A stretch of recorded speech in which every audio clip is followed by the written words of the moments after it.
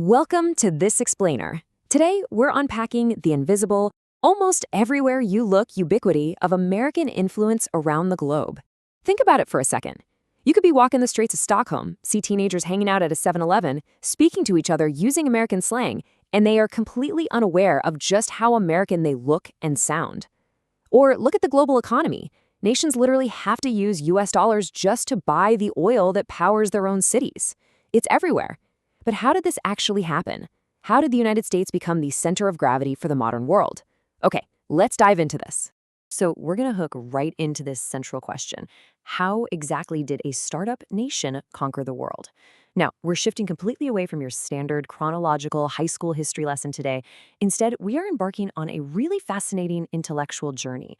We're looking at two primary sources that propose two totally different yet inextricably linked engines of global dominance. One of those engines is cultural, and the other is financial. Listen to this quote from 1941. American jazz, Hollywood movies, American slang, American machines are in fact the only things that every community in the world recognizes in common. That was written by Life magazine publisher Henry Luce. And you have to remember, this was a time when the world was on the precipice of a new dark age. Luce was desperately pleading with isolationist Americans to fight Adolf Hitler. But his core argument wasn't just about military strategy. No, he was arguing that the world Hitler threatened was, in fact, already America's world. A global society founded on American ideals literally already existed, and it had to be protected.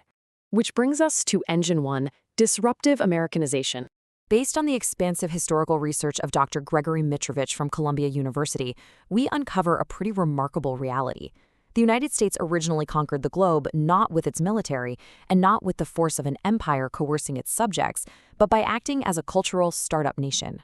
We can define this concept of Americanization as the spread of America's social, political, economic, and cultural systems and their adoption across the world. And what makes this so incredibly unique in the history of great powers is that it wasn't forced at the barrel of a gun by the US government. Not at all. It was an organic, bottom-up fascination. Everyday people around the world willingly consumed American art, literature, and political philosophy with a passion that absolutely stunned the traditional national elites. So why America? Well, this brilliantly illustrates the core of Dr. Mitrovich's thesis, the American startup DNA. Because early American colonists were largely outcasts looking for a second chance, they didn't transplant Europe's hereditary aristocracy over with them. Instead, they built an egalitarian society. This created an entire culture of risk-takers. It empowered entrepreneurs to focus on mass production for the common person, rather than just making elite goods for the nobility. This is exactly what allowed brilliant innovators like Serbian-born Nikola Tesla, who literally couldn't find investors in Europe, to thrive in the US. It's what allowed Henry Ford to upend the high-end European automotive market by producing the Model T for the masses. It was this unrelenting drive for disruptive innovation that completely shattered the old aristocratic order of Europe. Let's move to On to Sea and see how this builds across our timeline. Back in the 1880s, you literally had European bestsellers warning of the American invaders as U.S. business methods arrived on their shores. By the 1920s, American jazz was just sweeping the globe. Fast forward to 1957, the Soviet Union shocks the world by launching Sputnik, right? Well, it was young risk-takers in Silicon Valley at Fairchild Semiconductor who disruptively innovated the integrated circuit to answer that call, laying the groundwork for the modern computer. And of course, in the 2000s, it wasn't the established tech giants in Japan that created the iPod and iPhone, it was American innovators. The spread of this culture and tech was, quite simply, unstoppable. But there is a darker side to this cultural tsunami. Let's look at the price of all that disruption. Embracing constant upheaval comes with some enormous global costs. This rapid disruption caused immense distress for nations trying to preserve their historic identities, and that led to a very real global backlash. First, European elites developed this deep cultural fear of mass production. They felt it would turn humans into robots, and they feared things like jazz, which they felt threatened their long-standing traditions. Second, this bubbling social tension paved the way for the rise of anti-American extremist parties in Europe following World War I. Finally, Dr. Mitrovich argues that this literally erupted into World War II. Extremist leaders, most notably Adolf Hitler, viewed the American cultural model and its spread across Europe as a mortal threat, something that absolutely had to be destroyed to save the continent's identity. And this brings us to a really fascinating crossroads. Soft power versus hard power. I mean, if blue jeans, jazz, and iPhones built the American century, why do some analysts argue it's actually held together by sheer military force and financial control? To answer that, we turn to Engine 2, the petrodollar system. For this perspective, we look at an analysis by Scott Beyer focusing on the post-World War II era, and it all pivots on one specific year, 1974. See, President Richard Nixon had recently taken the U.S. off the gold standard in 1971. That meant the dollar was no longer backed by gold, so the U.S. desperately needed a new mechanism to guarantee global demand for its currency. So in 1974, the United States struck a historic agreement with Saudi Arabia. The deal was brilliantly simple but completely world-changing. Saudi Arabia would price and sell its oil exclusively in U.S. dollars. In exchange, the U.S. provided security guarantees. And pretty soon, the rest of OPEC followed suit. So the crucial point is that this created what is known as petrodollar recycling. Because oil is the world's most traded commodity, every nation on Earth suddenly needed U.S. dollars just to buy it. Oil exporters would then take those massive dollar profits and reinvest them right back into American treasury bonds and U.S. financial markets. It's an absolutely incredible financial mechanic that effectively guarantees massive perpetual global demand for the U.S. dollar. Which naturally leads us to the petrodollar war theory. Because of how vital this financial system is, a highly controversial framework has emerged known as the petrodollar war theory.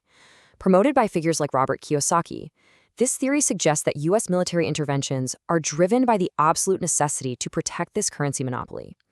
Proponents of this idea point directly to historical patterns, where nations attempt to bypass the dollar for energy sales and then subsequently face severe geopolitical consequences. For example, in 2000, Saddam Hussein shifted Iraq's oil sales to euros. By 2003, his regime was removed by a U.S. invasion. In 2011, Muammar Gaddafi proposed a Pan-African gold dinar for oil trade. Shortly after, NATO forces intervened and he was ousted. More recently, in Venezuela, Nicolás Maduro promoted oil trade in yuan and rubles and faced intense U.S. sanctions. For proponents of the theory, they see a clear, undeniable correlation here. But we have to ask, objectively, does military force actually protect the dollar? While proponents see a very clear pattern regarding petrodollar enforcement, critics argue that geopolitics is rarely ever that neat and tidy. Critics point out that U.S. interventions almost always involve incredibly complex, overlapping motives. For instance, the massive 2001 U.S. invasion of Afghanistan, or recent U.S. support for Ukraine. Neither of those had virtually anything to do with oil currency disputes. Furthermore, they argue the dollar's strength isn't just about oil, it relies heavily on the sheer massive size of the U.S. economy, bond markets, and deep institutional trust. So let's look at the future of American power. Now, what's really interesting about this is what happens when we bring both of these engines together, cultural disruption and petrodollar dominance. Where does that leave us today? Well, we're facing a pretty stark reality. Even without dramatic petrodollar wars, the US dollar is experiencing a gradual erosion. Back in the year 2000, the dollar made up roughly 71% of global foreign exchange reserves. Today, it's fallen to 59%. Emerging markets are actively trying to spearhead a shift toward alternative currencies like the euro and the yuan. If this petrodollar system fully collapses, the macroeconomic pain for the United States would be significant. A weaker dollar would likely trigger higher inflation, much higher borrowing costs, a severe reduction in America's geopolitical leverage, and painful structural economic adjustments where the U.S. would actually have to start consuming less than it produces. Now, it's definitely important to note the dollar still retains enormous advantages in liquidity and institutional trust, but this erosion is actively happening right now. And this brings us full circle back to Engine 1, cultural disruption. As the dollar faces these financial challenges, rivals like China are rising on the world stage. But Dr. Mitrovic poses a vital question here. Can China's authoritarian model foster true global disruptive innovation without the free flow of information? Think about it. If a government blocks platforms like Facebook out of fear of political instability, can it really create a vibrant culture of risk-taking that naturally appeals to the global public from the bottom up? Rivals might really struggle to overthrow the American century simply because their restrictive systems hinder the exact kind of cultural disruption required to lead the world. Which leaves us with this final, really profound thought to consider. We've seen how American power was built on this dual foundation of overwhelming cultural disruption and strict financial mechanics.